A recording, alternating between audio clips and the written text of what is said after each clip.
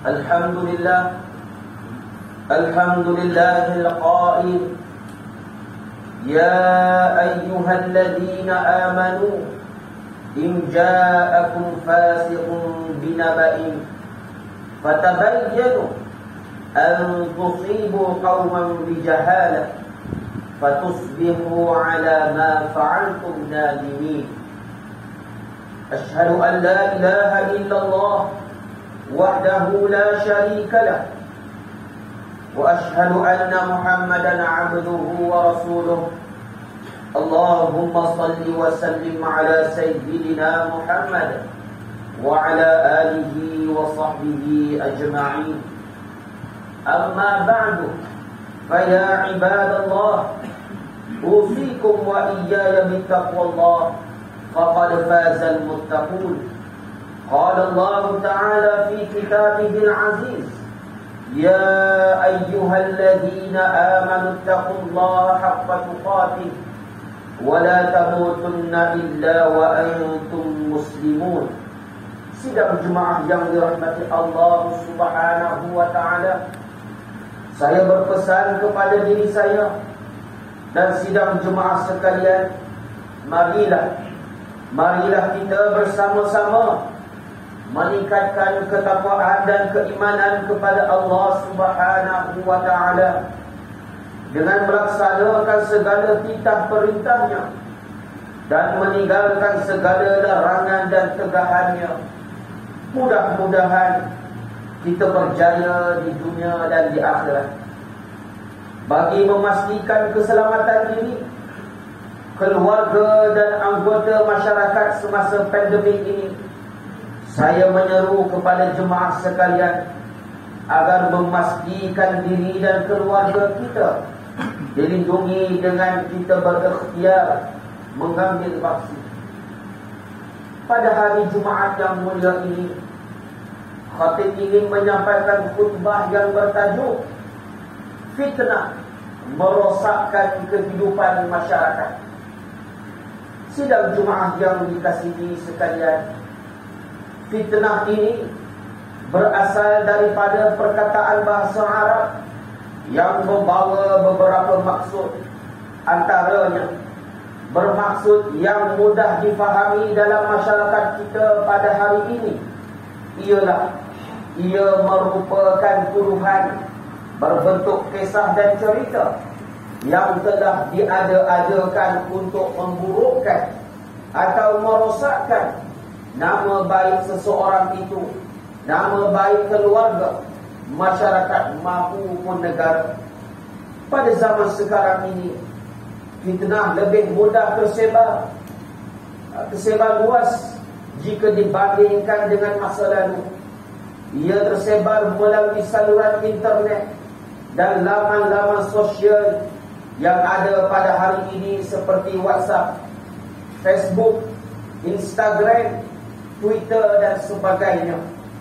Lebih teruk lagi, apabila fitnah ini disebarkan atas alasan hak kebebasan bersuara oleh segelintir masyarakat kita, maka pada hari ini, dalam masa yang sama, statistik pengguna media sosial di Malaysia yang telah mencecah 28 juta pengguna pada tahun 2021 menunjukkan bahawa rakyat Malaysia antara yang paling aktif menggunakan media sosial di dunia ini. Sekaligus ia telah membuka ruang kepada penyebaran fitnah yang sangat cepat dan berleluasa di negara kita ini. Sidang Jumaah yang dirahmati Allah Subhanahu wa Ta'ala, tidak dinafikan lagi bahawa dalam perkembangan teknologi pada hari ini, media sosial merupakan platform yang sangat berguna bagi tujuan menyebarluaskan sesuatu berita, bahkan ataupun penyebaran maklumat. Hanya dengan menekan butang kongsi sahaja, maklumat tersebut akan tersebar dengan cepat dan pantas. Namun, bagi memastikan kesahihan sesuatu berita yang diterima itu agar ianya tidak menjadi bahan fitnah. Mimbar menasihatkan kepada para jemaah sekalian agar menyemak terlebih dahulu sesuatu berita tersebut sebelum ianya akan disebarkan.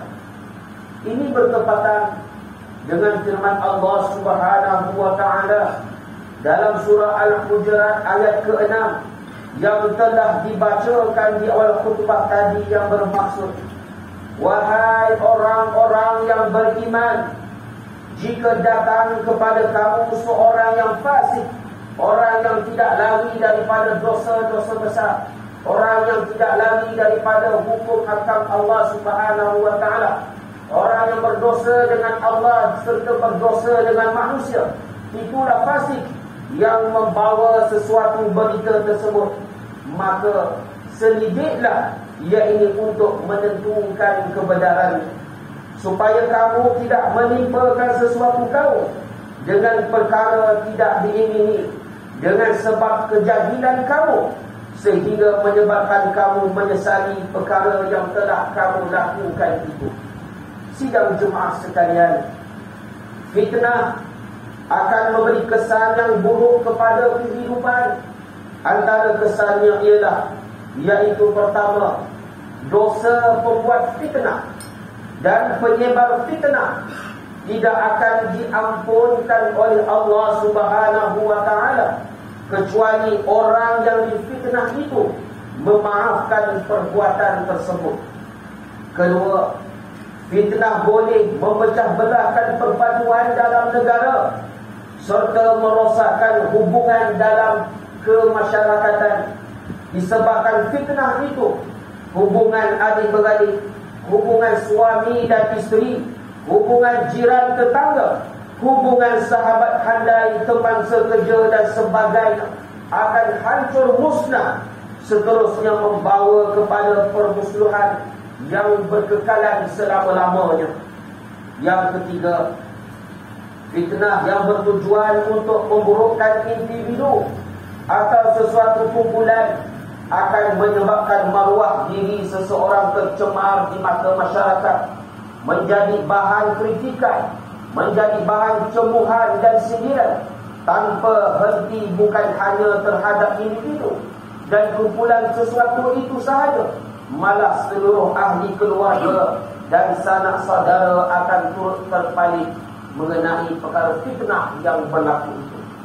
Yang keempat, fitnah juga boleh menyebabkan kerugian kepada masyarakat dan orang ramai.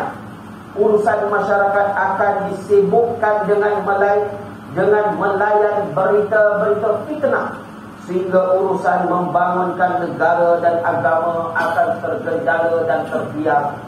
Justru itu, marilah bersama-sama kita berazam dan bertekad untuk tidak terlibat sebagai ejen penyebar fitnah. Tambahan pula, jika ia melibatkan aib dan maruah diri seseorang tersebut.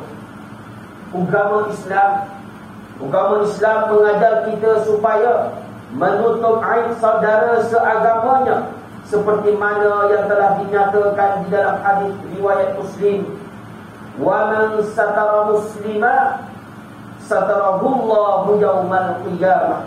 Artinya, dan barang siapa menutupi aib seseorang muslim, maka Allah Subhanahu wa taala akan menutup aibnya pada hari kiamat kelak.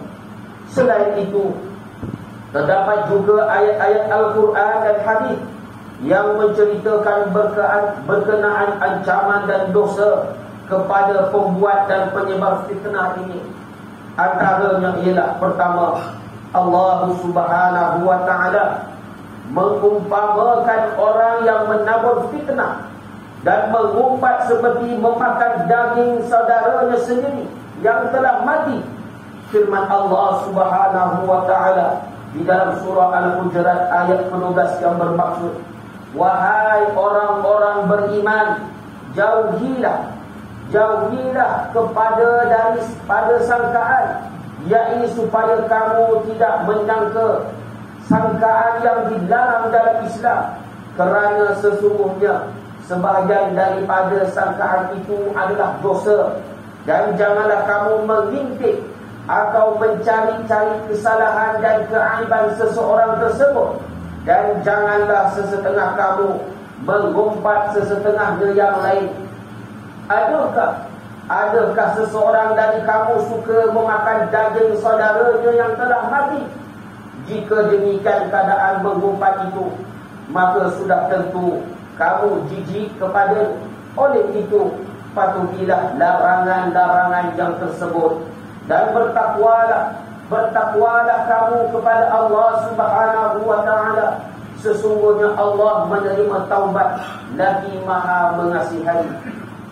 Yang kedua, Rasulullah sallallahu alaihi wasallam juga menggambarkan kemurkaan Allah Subhanahu wa taala kepada pembuat fitnah sebagaimana yang dijelaskan dalam sebuah hadis yang bermaksud. Dan orang yang paling dimurkai oleh Allah Subhanahu wa taala ialah orang yang pergi membuat fitnah, memecah belahkan persaudaraan dan mencaci orang yang tidak bersalah terhadap kesalahan yang tidak sesekali dilakukan. Riwayat At-Tabrani. Yang ketiga, penabur fitnah dan mengumpat akan diseksa di dalam kubur, sebagaimana hadis daripada Ibnu Abbas radhiyallahu anhu bahawa Rasulullah sallallahu alaihi wasallam yang menceritakan kedudukan dua orang penghuni kubur dengan sabda yang bermaksud, sesungguhnya mereka berdua diazab, yakni di dalam kubur, dan tidaklah mereka berdua diazab disebabkan dosa-dosa besar yang mereka lakukan, tetapi disebabkan salah seorang dari mereka tidak dapat membersihkan dengan betul air kencingnya, dan seorang lagi memecah belahkan masyarakat dengan berjalan, yakni menaburkan fitnah. Riwayat Imam Bukhari. Dan yang keempat, penabur fitnah tidak akan masuk ke dalam syurga. Penabur fitnah tidak akan masuk ke dalam syurga, sebagaimana yang dinyatakan di dalam hadis daripada Huzaifah radhiyallahu anhu bahawa Rasulullah sallallahu alaihi wasallam bersabda, tidak masuk syurga orang yang suka menabur fitnah, seperti mana riwayat Imam Bukhari. Sidang Jumaah yang dimuliakan Allah Subhanahu wa taala, dalam usaha untuk mendidik masyarakat bagi menghadapi golongan yang suka menaburkan fitnah ini, Al-Imam Al-Ghazali ada menjelaskan langkah-langkah yang perlu diambil oleh umat Islam semuanya. Antaranya ialah, yang pertama, menolak berita yang disampaikan oleh golongan kaki fitnah. Yang kedua, menunjukkan kemarahan dan kebencian kepada kaki fitnah. Yang ketiga, melarang pemfitnah itu daripada meneruskan usahanya untuk memfitnah. Yang keempat, menolak daripada bersangka buruk terhadap orang yang menjadi mangsa fitnah. Dan yang kelima, tidak mengintip serta mencari kesalahan yang difitnahkan, melainkan bagi penguasa yang dipertanggungjawabkan untuk membuktikan sesuatu kebenaran tersebut. Sebagai kesimpulannya, khatib menyeru sidang jemaah sekalian agar kita bersama-sama berusaha membanteras perbuatan fitnah tersebut daripada berleluasa dalam masyarakat kita ini, supaya kehidupan bermasyarakat sentiasa harmoni dan terpelihara dari segala persengketaan dan kekeliruan. Ingatlah bahawa perbuatan menyebarkan fitnah tersebut merupakan salah satu daripada dosa-dosa yang besar yang dikutuk oleh agama Islam sendiri. Firman Allah Subhanahu wa taala dalam surah Al-Baqarah ayat 191 yang sebahagian maksudnya, dan bunuhlah mereka, yakni musuh yang memerangi kamu, di mana saja kamu dapati mereka, Dan usirlah mereka daripada tempat yang mereka telah mengusir kamu. Dan ingatlah bahawa angkara fitnah itu lebih besar bahayanya daripada pembunuhan. A'udzu billahi minasyaitonir rajim. Wa qatuluhum haitsu taqiftumuhum wa akhrijuhum min haitsu akhrajukum wal fitnatu ashaddu minal qatl wa la tuqatiluhum 'inda al-masjidil haram hatta yuqatilukum fihi fa in qataluukum faqtuluhum kadzalika jazaa'ul kafirin. Shadaqallahul 'azim. Barakallahu li wa lakum bil Qur'anil 'azim wa nafa'ani wa iyyakum bima fihi minal ayati wa dzikril hakim wa taqabbala minni wa minkum tilawatahu innahu huwas sami'ul 'alim.